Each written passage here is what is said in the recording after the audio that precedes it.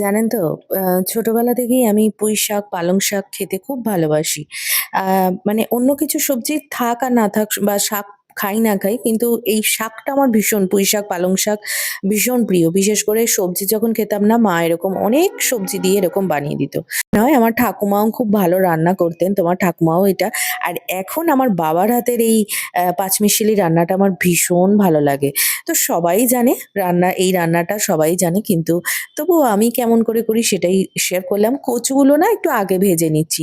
কচু আর আলুটা ভাজতে একটু টাইম লাগে।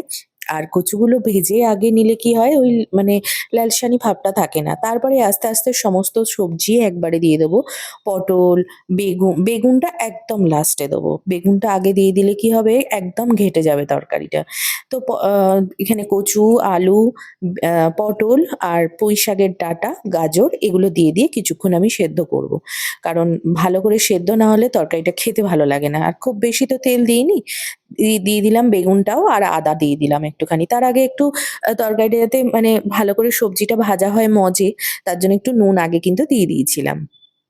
আর শাগে আমি একটু লঙ্কা মানে একটু ঝাল, ঝাল খেতে ভালোবাসি। আপনারা যে যেমন ঝাল পছন্দ করেন সেরকমই দেবেন। নুন, হলুদ, জিরে গুঁড়ো দিয়ে দিয়েছি আবারও।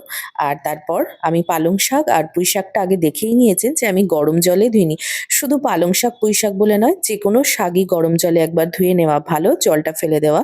কারণ শাগে অনেক রকমের সার থাকে আর সেটাকে ভালো করে ধুয়ে না খেলে পেটের সমস্যা হতে পারে। সেই কারণেই করা আরকি। তো যাই হোক, এমন কিছু টেস্ট কিন্তু নষ্ট হয়ে যায় না তাতে। যাই হোক আমার রান্নাটা হয়ে গেছে। ওপর দিয়ে ছড়িয়ে দিলাম আমার মায়ের হাতের তৈরি করা বড়ি। আমার মা খুব সুন্দর বড়ি দেয়। তো মা আমাকে বড়ি বানিয়ে দিয়ে যায়। সেইটাই আরকি দিয়ে রান্না করলাম। আজকের মতন তবে আসি। চলে আসবো আরেকটা ছোট্ট ভিডিও নিয়ে।